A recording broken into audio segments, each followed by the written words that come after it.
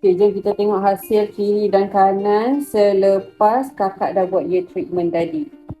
Nampak tak? Nampak tak? Nampak tak? Yang ni tak mandi lagi tau. Okay, nanti lepas mandi nanti kita check lagi sekali. Nampak tak? Kiri kanan dia. Nampak tak kat dalam tu?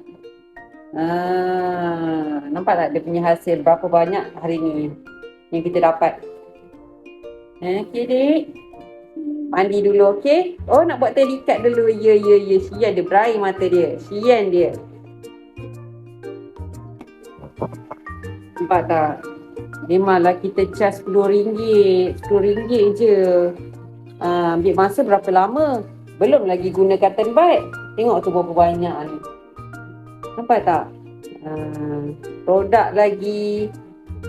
Barang-barang lagi, tenaga lagi, nampak tak? Nak bersihkan telinga saja ya. Nak bersihkan telinga saja kadang-kadang ambil masa dalam 10 ke 15 minit tau. Nampak tak?